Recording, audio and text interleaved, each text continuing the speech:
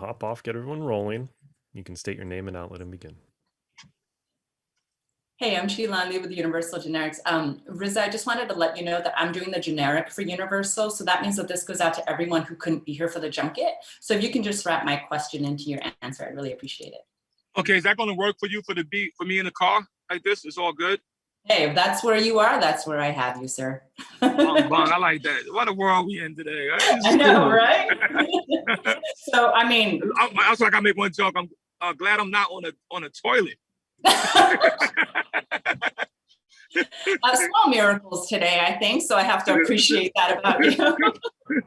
So I have to say, you're an incredible rapper, musician, actor, and then you get a call to work on a movie alongside Bob Odenkirk and Christopher Lloyd. What did you think? Well, crazy. When I read the script, I was like, wow, this is fun, right? And then and when you get it, sometimes you don't get the cast who's going to be in there, right? And then when they told me who it was, I was like, wait a minute. You know, of course, I'm a fan of Bob Odenkirk, and you watch him in Better Call Saul, but Christopher Lloyd, it's like, that's like a childhood hero, right? You know, I'm trying to go back to the future. It's like I'm back to the future. You know what I mean? It's like I'm in some other space world working with him. So it was that was really something that was hard to say no to. And it must have been so much fun on set working with those two, because you guys have some really intense scenes. Yeah, working on set with Christopher Lloyd and Bob Odenkirk was man, stimulating, fun, historical, and just something that, you know what, that if they wanted to do it again, I would. You know, I'm open for a second date on this one. So you swipe right on this one. So, I mean, you had to do some intense scenes. So let's talk a little bit about the training, the physical training that you actually did to prepare yourself. Yeah. So the team, we got the producers of John Wick here, right? So they specialize in action. And it's one of the best teams in the business. And for me to get there, I wasn't in my best shape, I will say, right? But I'm always in good enough shape. Like I stay in good enough shape. And they gave me the routines of what I needed to do. And I just kept going, kept doing them. And when it came time to shoot, I was ready. I definitely would say that I felt the pain later. It was like, when I got back on the plane and headed back to my family, I felt the pain of what I did. Fair enough. So let's talk about Ilya, because he has such an incredible vision, right? With all of this amazing action, it's almost poetic, but at the same time, you get this incredible story with a huge backstory. Tell me about working with this director. Well, Ilya is I was a fan of his from Hardcore Henry. And his style of filmmaking is very visceral, but yet it's very, it has a unique humor to it as well. And working with him, his choice of shots and his setups was inspiring in all reality. He did this one idea of where Bob's character Hutch will throw the gun and my character Harry will catch it midair and then shoot somebody. And, it was just a unique idea of how he had to rig everything. And he actually had the camera, and I could say this, a little spoiler, he had the camera on a revolving bar, right? So I haven't seen that setup. I mean, I've seen steady cams kind of do like maybe 180, even 240s.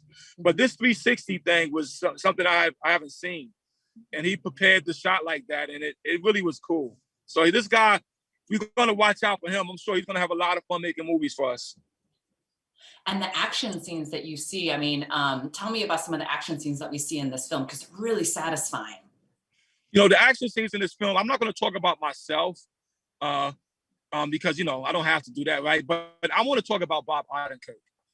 When this man gets on the bus and he gets thrown off the bus and then he gets back on the bus, that sequence of events and that visceral action has to definitely go up into that top 10 fight sequences that, you know, people got their little top 10 lists. I think he's going to be a candidate to enter a top 10 list because you know, when I got the set, they had already shot all that, right? And so, you know, I'm getting there, you know, I'm fresh, and they're like, you know, I'm asking the director, you know, what's going on? You know, you want to get acquainted. And he said, okay, I'm going to show you something. And they showed me that scene. And I just remember going back to my hotel, doing my push-ups, doing everything to get ready so that I could at least do a good scene as well. Because that scene, it was almost like it gave me the confidence that this movie is going to be crazy. Nice. I mean, when I saw the movie, I could not believe what an action hero that Bob became. I mean, did that surprise you? Like how much force and fierceness he had? Like a little caged tiger that was just released. Yeah. It was wild. You know, I had a chance to talk to him a little bit about it after I watched. I said, Bob, damn, like, you know, excuse my language. I was like, damn, Bob, you in there, you going bananas in there. What's up? He's like, yo, he's been training for over a year for this.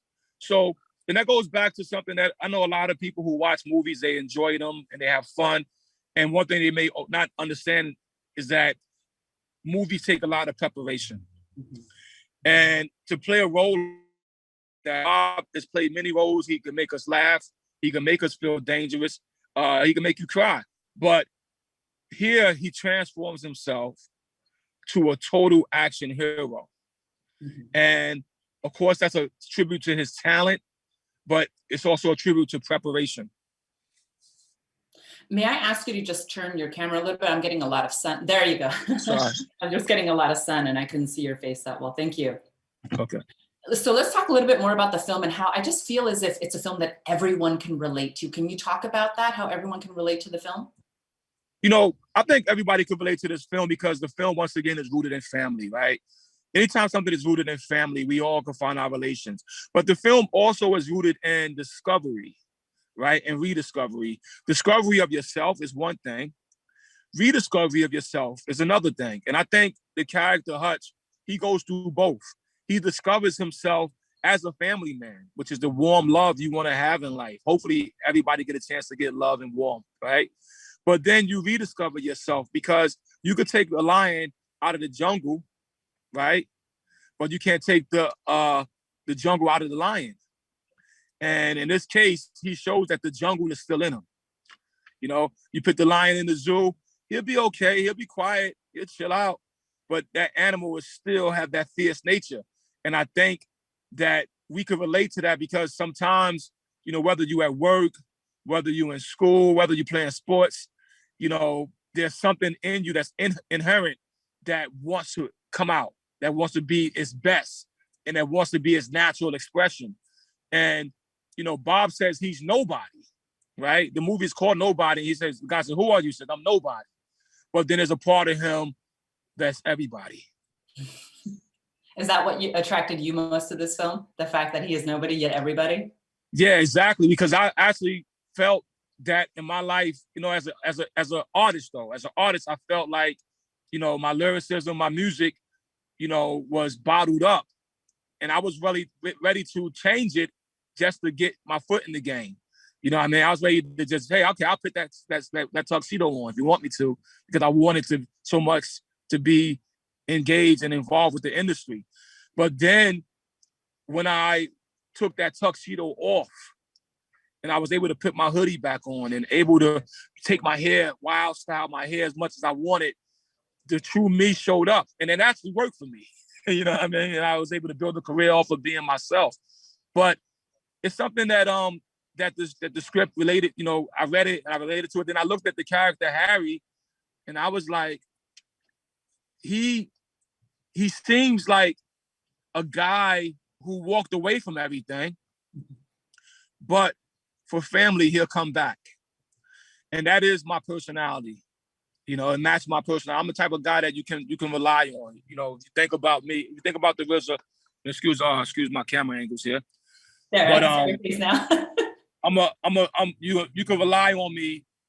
If you need me, I'm going to show up. And that's what Harry is in this film. He's somebody that he's needed by the family. He's going to show up for the family.